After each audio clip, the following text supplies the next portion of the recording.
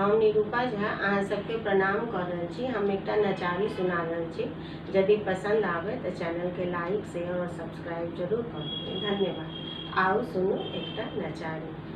बरया जगुत भेल, बरया जगुत भेल, गौरी के एहाना बर, गौरी के एहाना बर, विधि किया देल, बरया जगुत भेल, गौरी के एहाना बर, गौरी के एहाना बर, विधि किया देल, बरया जगुत भेल।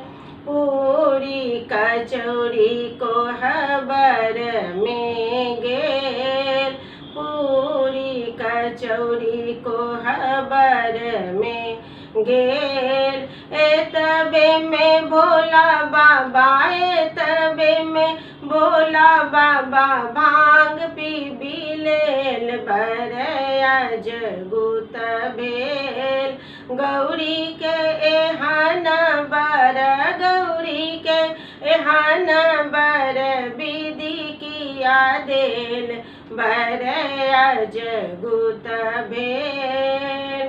साल दो साला को हबर में गेल, साल दो साला को हबर में गेल, कोबरे में भोला बाबा, कोबरे में भोला बाबा मृग छाल ओढ़ी लेल, बरया जगुत भेल, गौरी के एहाना बर, गौरी के एहाना बर, विधि किया देल, बरया जगुत भेल।